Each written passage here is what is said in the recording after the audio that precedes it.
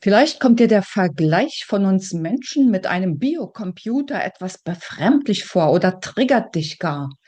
Was hat mich dazu bewegt? Wie können wir unserem Menschsein alle Ehre machen? Und für welchen Weg entscheidest du dich? Was hat mich dazu bewogen, mich solch einem Thema zu widmen? Mittlerweile werden aus menschlichen Stammzellen, lebende Gehirnzellen produziert und auf Computerchips appliziert.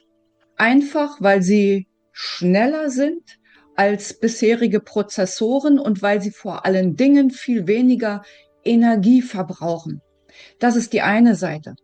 Die andere Seite ist, dass wir, und dabei greife ich auf Erfahrungen aus meinen Seminaren und Coachings mit Tausenden von Seminarteilnehmern zurück und auch auf Erfahrungen von mir selbst und den Menschen in meinem persönlichen Umfeld, agieren wir mehr oder weniger ganz oft manipulativ zum einen und lassen uns manipulieren zum anderen.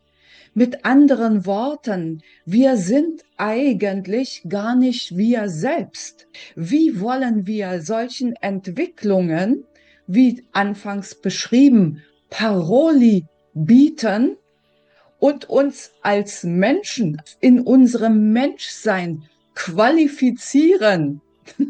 Und zwar richtig qualifizieren, den entscheidenden Unterschied machen, wenn wir uns hinter 1000 Masken verstecken, gar nicht wissen, wer wir selbst sind und uns hin und her bewegen lassen wie Marionetten oft. Und wenn dich das triggert, kann ich das verstehen. Diese Erkenntnisse sind mir auch so nach und nach, so sukzessive erst gekommen.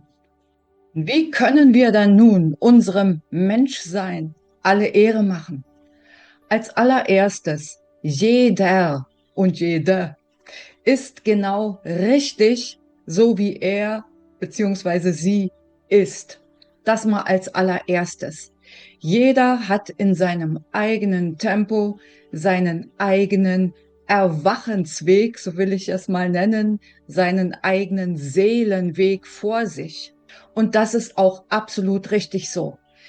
Nur denke ich, in dieser Zeit des Wandels, des globalen Wandels, dürfen wir endlich mal tiefer gehen. So vieles wird enthüllt. Nur die meisten Enthüllungen beziehen sich auf Äußeres. Und wir sind geneigt, so wie wir es gewohnt sind, uns auf all das zu stürzen, was uns da präsentiert wird. Seien es Lügen aus dem Medizinbereich, da wo wir betrogen wurden im finanziellen Bereich und. Der Punkt ist, es geht aus meiner Sicht, und checke bitte für dich, inwieweit du damit in Resonanz gehen kannst. Jetzt nicht mehr vorrangig darum, im Außen zu suchen und mich aufzuregen, da bleibe ich nämlich in dem Status, manipulierbar zu sein. Auf welche Weise bin ich denn manipulierbar? Indem vieles auf mich aus dem Außen, aus dem sogenannten Außen einströmt, gerate ich in Angst und Panik. Und Angst und Panik lassen bei uns sofort alle Überlebensmechanismen, die wir gelernt haben, nicht nur in unserer Kindheit, sondern auch schon in anderen Inkarnationen hochkochen. Und damit werden wir zu den sogenannten Biocomputern, denn wir reagieren nur noch, statt bewusst und schöpferisch und kreativ zu agieren. Wir alle kennen diesen Spruch, der hat einen Tunnelblick. Und der Tunnelblick, der sagt genau das. Oder da sieht jemand rot und nimmt sämtliche anderen Farben überhaupt nicht mehr wahr. Wie können wir Menschen uns selbst in unserem Schöpfer Wachtum alle Ehre machen, indem wir ruhig und friedlich sind.